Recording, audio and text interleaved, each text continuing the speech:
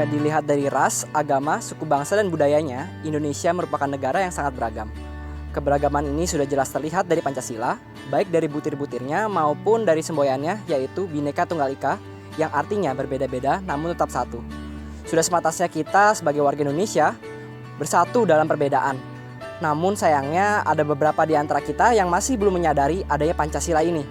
Masih ada yang takut untuk berteman maupun berinteraksi dengan orang yang berbeda. Dalam kampanye indahnya perbedaan ini, saya telah mewawancarai beberapa orang di antara kita yang bisa menghargai perbedaan, baik sebagai sahabat atau teman, pasangan hidup, maupun sebagai rekan kerja. Mereka akan bercerita lebih banyak dan tentunya bisa membuka pandangan kita terhadap perbedaan itu sendiri. Saya Mira. Saya Giovanni, dan kami adalah sahabat. Halo, nama saya Jeremy William. Saya dan teman saya Heri Darmawan. Halo, nama saya Rizky, dan ini pacar saya, Endora. Halo, aku Shalan. Aku Genta. Jadi kita berdua adalah rekan kerja di Universitas Surya. Saya Luis Budi. Saya Julfi Gisplate. Kami berdua sudah bersahabat sejak SMP. Kita beda agama. Saya Islam. Saya Katolik, Saya dari Pontianak. dan saya dari Riau. Saya dari Jakarta, teman saya dari Medan. Saya beragama Katolik, sedangkan teman saya Kristen Protestan. Saya dari agama Islam, dari suku Jawa, tepatnya Jawa Timur, Sidoarjo. Saya dari Bali dan saya Buddhis. Aku Padang Cina dan beragama Islam. Kalau aku asalnya dari Bangka Belitung dan beragama Katolik. Kalau saya dari Flores. Kalau saya dari Surabaya. Nah, kalau untuk hal positifnya menurut saya tuh banyak banget, karena terutama tuh ya di bidang makanan.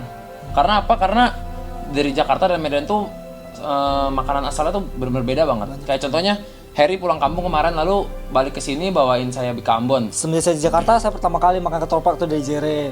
Oh ya, yang itu yang kemarin minuman lidah buaya sama keripik talas. Biasanya kita bisa nyobain kerupuk bawang.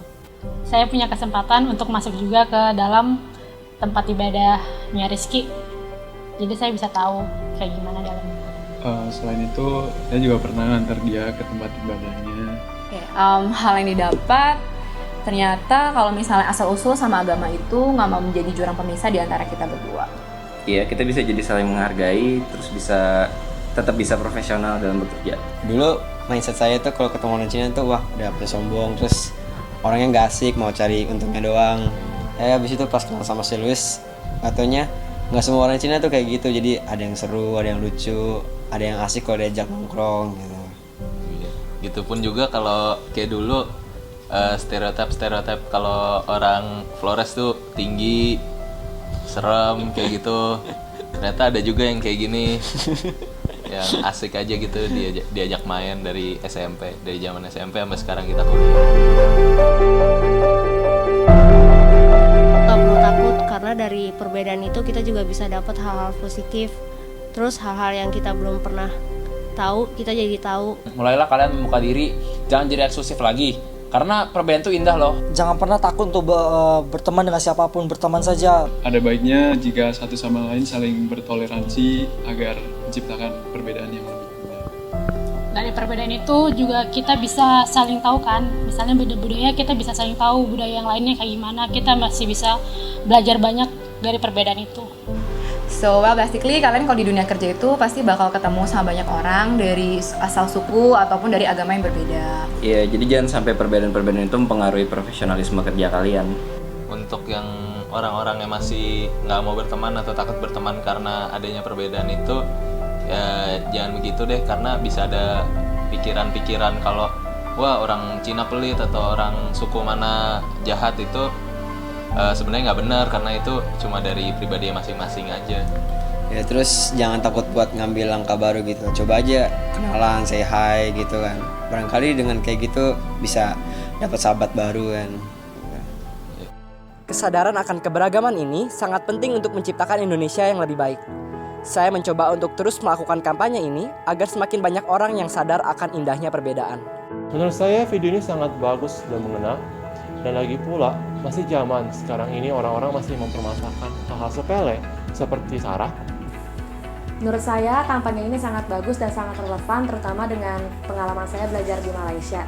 Di sana kita punya berbagai ras dan Sampai dosen kami dalam tugas-tugas kelompok mewajibkan kami untuk bergrup dengan orang yang berasal dari ras dan agama yang berbeda.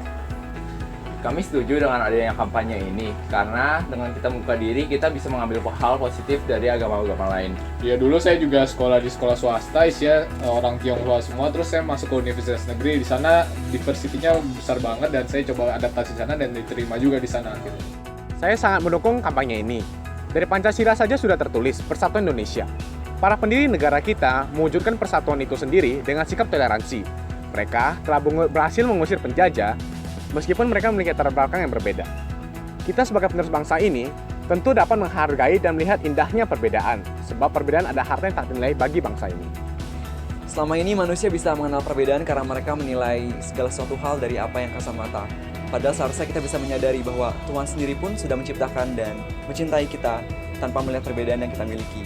Dan melalui gerakan ini, kita bisa melihat perbedaan itu tidak lagi terfokus bagaimana saya tidak sama dengan Anda, tapi lebih bagaimana saya dan Anda melalui perbedaan yang ada bisa saling melengkapi satu dengan yang lain melalui rasa toleransi.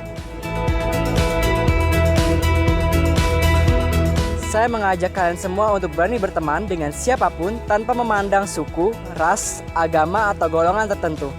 Karena perbedaan bukanlah sesuatu yang buruk, melainkan sesuatu yang harus disyukuri dan akan menjadi indah apabila kita bisa saling menghargai satu sama lain. Saya mendukung. Kami mendukung.